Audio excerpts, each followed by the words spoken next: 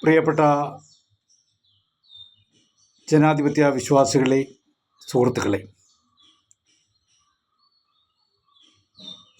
മലയാളികൾ വീണ്ടും മാവേലി നാട് സ്വപ്നം കാണാൻ തുടങ്ങിയിരിക്കുന്നു.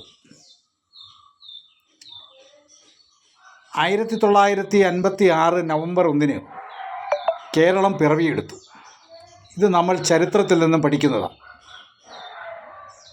ഐക്യ കേരളം പിറവിയെടുത്തതിന് ശേഷം കേരളത്തിൽ അതിദാരിദ്ര്യമില്ലാത്ത നാടാണ് എന്ന് ഭരണകൂടക്കാർ വിളിച്ചു പറഞ്ഞു തുടങ്ങി എന്നതാണ് ഇപ്പോൾ നമ്മുടെ നാട്ടിൽ നടക്കുന്ന ഏറ്റവും പ്രധാനപ്പെട്ട വിഷയം. അതിന് നേതൃത്വം കൊടുക്കുന്നതായിട്ട് കേരളത്തിലെ പിണറായി വിജയൻ ഗവൺമെൻറ്റിന് നേതൃത്വം കൊടുക്കുന്ന CPIM പാർട്ടിയുടെ സംസ്ഥാന secretary MV ഗോവിന്ദനും. MV Govindan master കഴിഞ്ഞ ദിവസം കേരളത്തിലെ ജനതയോടായി പറഞ്ഞത്, ഇടതുപക്ഷ ജനാധിപത്യ മുന്നണിക്ക് നിങ്ങൾ വീണ്ടും വോട്ട് ചെയ്താൽ ഈ നാട്ടിൽ പാവങ്ങൾ ഇല്ലാതെയാകും എന്ന് ആണ്. അദ്ദേഹം പ്രതിനിധാനം ചെയ്യുന്ന പാർട്ടിയുടെ പേര് കമ്മ്യൂണിസ്റ്റ് പാർട്ടി ഓഫ് ഇന്ത്യ ബ്രാക്കറ്റിൽ മാർക്സിസ്റ്റ് എന്നാണ്. അപ്പം ബ്രാക്കറ്റ് മാർക്സിസ്റ്റ് പാർട്ടി എന്ന് പറഞ്ഞാണ് ഇവർ നാളുകളായി ജനങ്ങളെ പറ്റിക്കുന്നത്. ഇവരുടെ അടിസ്ഥാന പ്രമാണമായി ഇവർ കൊണ്ടു നടക്കുന്നത് കമ്മ്യൂണിസ്റ്റ് മാനിഫെസ്റ്റോയും മാർക്സിയൻ ഫിലോസഫികളുമാണ്. ആ കമ്മ്യൂണിസ്റ്റ് മാനിഫെസ്റ്റോ ആകട്ടെ തുടങ്ങുന്നത് നാളിതുവരെയുള്ള ചരിത്രം വർഗസമരങ്ങളുടെ ചരിത്രം ആകുന്നു എന്നാണ്. അപ്പോൾ വർഗസമരങ്ങൾ ആരൊക്കെ തമ്മിലാണ് എന്നാണ് പിന്നീട് നാം വിശകലനം ചെയ്യേണ്ടത്. അങ്ങനെ വിശകലനം ചെയ്യുമ്പോൾ വർഗസമരം നടക്കുന്നത് എപ്പോഴും ഉള്ളവനും ഇല്ലാത്തവനും തമ്മിലും ജന്മിയും അടിയാനും തമ്മിലും മുതലാളിയും തൊഴിലാളിയും തമ്മിലാണ് വർഗസമരം നടക്കുന്നത്. അപ്പോൾ ഈ നാട്ടിൽ ഉള്ളവനും ഇല്ലാത്തവനും ഉണ്ട് എന്ന് മാർക്സിസം പറയുന്നു. പക്ഷേ മാർക്സിസത്തിൻ്റെ മേലങ്കി ഇട്ടുകൊണ്ട് കമ്മ്യൂണിസം എന്നത് കമ്മീഷൻ പറ്റുവാനും കമ്മീഷൻ വാങ്ങി നേതാക്കന്മാർക്ക് സുഖിച്ച് ജീവിക്കുവാനുമുള്ള ഉപാധിയാണെന്ന് കണ്ടെത്തിയ പുതിയ കമ്മ്യൂണിസ്റ്റ് നേതൃത്വം അത് രക്തസാക്ഷി ഫണ്ട് വെട്ടിച്ചായാലും പാർട്ടി ഓഫീസിൻ്റെ പേരിൽ പണപ്പിരിവ് നടത്തിയായാലും ഓക്കി ദുരന്തത്തിൻ്റെ പേരിൽ പിരിക്കുന്നതായാലും പ്രളയത്തിൻ്റെ പേരിൽ പിരിക്കുന്നതായാലും അമ്പലങ്ങളുടെ സ്വർണമായാലും വിദേശത്ത് നിന്നുള്ള സ്വർണമായാലും ഏതായിക്കൊള്ളട്ടെ, പണം എവിടെയുണ്ടോ അവിടെ കമ്മ്യൂണിസം ഞങ്ങൾ കച്ചവടം ചെയ്യും എന്ന് പറയുന്ന ആശാന്മാർ ഇപ്പോൾ പറയുന്നു വർഗങ്ങളില്ല എന്നാണ്. എന്നുകൊണ്ട് പാവങ്ങൾ ഇല്ലാതെയാകുക എന്ന് പറഞ്ഞാൽ വർഗങ്ങളില്ലാതെയാകുക എന്നാണല്ലോ. പിന്നെ ആര് തമ്മിലാണ് വർഗസമരം നടത്തേണ്ടത്? അതുകൊണ്ട് ഗോവിന്ദ മാസ്റ്റർ ദയവായി കമ്മ്യൂണിസ്റ്റ് പാർട്ടി എന്ന പേരും ആ കൊടിയും ഉപേക്ഷിക്കണം എന്ന് അഭ്യർത്ഥിക്കാൻ ഞാൻ ആഗ്രഹിക്കുകയാണ്. കാരണം പാവങ്ങളില്ലാതെ ആയാൽ പിന്നെ എന്തിനാ ഈ കമ്മ്യൂണിസ്റ്റ് പാർട്ടി? കമ്മ്യൂണിസ്റ്റ് പാർട്ടി എന്തിനാ? ഒന്ന് ചിന്തിക്കണ്ടേ?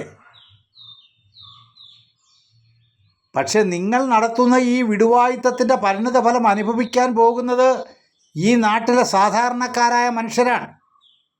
നിങ്ങൾ അതിദരിദ്രരില്ല എന്ന് പ്രഖ്യാപനം നടത്തിയപ്പോൾ നിങ്ങൾ ഭരിക്കുന്ന കാലയളവിലാണ് അട്ടപ്പാടിയിലെ മധു വിശന്നിട്ട് റൊട്ടിയെടുത്തതിൻ്റെ പേരിൽ നിങ്ങളുടെ പാർട്ടി സഖാക്കൾ ചവിട്ടിക്കൊന്നത്. അതാണ് വിരോധാഭാസം. ഇനിയും നിങ്ങളിവിടെ പാവങ്ങളില്ല എന്ന് പ്രഖ്യാപിച്ചാൽ ഈ അതിദരിദ്രർക്കും പാവങ്ങൾക്കും ഒക്കെ വേണ്ടി ഇന്ത്യ മഹാരാജ്യം ഭരിക്കുന്ന ഭരണകൂടങ്ങൾ നൽകുന്ന ചില ദാനങ്ങളുണ്ട്, സംഭാവനകളുണ്ട്. IAYയും AAYയും പോലെയുള്ള പദ്ധതികൾ. അപ്പോൾ ഈ IAYയും AAYയും ഒക്കെ ലഭിക്കണമെങ്കിൽ അവർ ദരിദ്രരോ അതിദരിദ്രരോ പാവങ്ങളോ ഒക്കെ ആയിരിക്കണം. എല്ലാവരും സമ്പന്നരായി കഴിഞ്ഞാൽ പിന്നെ ഗവൺമെൻറ്റിൻ്റെ സഹായം വേണ്ടല്ലോ. പിണറായി വിജയൻ്റെ പാർട്ടിയോടും അതിൻ്റെ സെക്രട്ടറിയോടും പറയാനുള്ളത്, ദയവ് ചെയ്ത് നിങ്ങൾ ഈ നാട്ടിലെ പട്ടിണിപ്പാവങ്ങളുടെ കഞ്ഞിയിൽ മണ്ണുവാരിയിടരുത് എന്നാണ്. നിങ്ങൾ നടത്തുന്ന അതര വ്യായാമത്തിൻ്റെ പരിണിത ഫലം ഈ നാട്ടിലെ പട്ടിണിപ്പാവങ്ങളുടെ കഞ്ഞി മുട്ടിക്കുകയാണ്. നിങ്ങൾക്ക് കട്ടും മോട്ടിച്ചും പണമുണ്ടാക്കാം. ശരിയാണ്, നിങ്ങളെ സംബന്ധിച്ചിപ്പോൾ വർഗ വ്യത്യാസമൊന്നുമില്ല. മുഖ്യമന്ത്രിയുടെ മകൻ അമേരിക്കയിലെ കമ്പനി നടത്തുന്നു, മകൾ IT കമ്പനി നടത്തുന്നു. പിന്നെന്ത് വ്യത്യാസമാണ് ഈ നാട്ടിലെ മുതലാളിത്തവുമായി? ഒരു വ്യത്യാസവും. നിങ്ങൾ ലാഭം ഉണ്ടാക്കാൻ വേണ്ടി നടക്കുന്നു.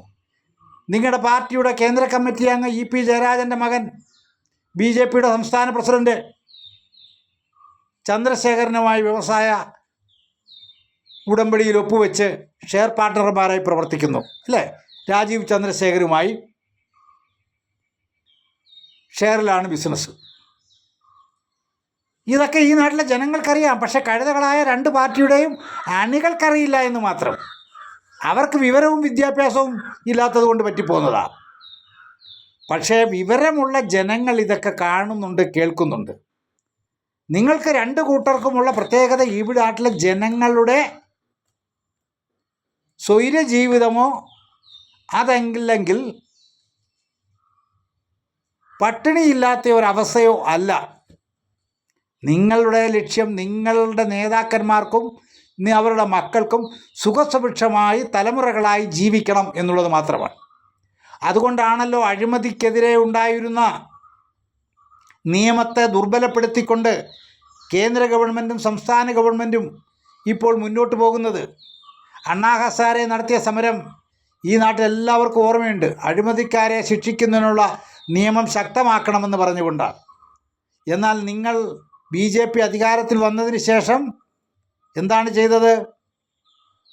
ഇന്ത്യ മഹാരാജ്യത്തു നിന്ന് കോടികൾ കടത്തിക്കൊണ്ടുപോയ കള്ളപ്പണക്കാരെ കയ്യാമം വെച്ച് കൽത്തുറുങ്കിലടയ്ക്കുമെന്ന് പറഞ്ഞ അമിത്ഷായും നരേന്ദ്രമോദിയും എന്താ ചെയ്തേ? കള്ളപ്പണം വെളുപ്പിക്കാനുള്ള നിയമം ഉണ്ടാക്കി. എന്താ അതിൻ്റെ പേര്? നമുക്കൊക്കെ അറിയാം, ഇലക്ട്രോൺ ബോംബ്. ഈ ഇലക്ട്രിക് ബോണ്ട് ഉണ്ടാക്കി ഇലക്ട്രൽ ബോണ്ട് വഴി ഏതൊരു മുതലാളിക്കും മോട്ടിക്കുന്ന പണത്തിൻ്റെ വീതം പാർട്ടികൾക്ക് കൊടുത്ത് മാത്രം മതി എന്ന വ്യവസ്ഥയുണ്ടാക്കി, വ്യവസ്ഥാപിതമാക്കി. അഴിമതിയെ വ്യവസ്ഥാപിതമാക്കിയതാണ് BJP. അതുകൊണ്ടാണ് 60 വർഷക്കാലം BJPക്കാരനല്ല ഇന്ത്യ ഭരിച്ചത്, കോൺഗ്രസ്സുകാരനാണ്.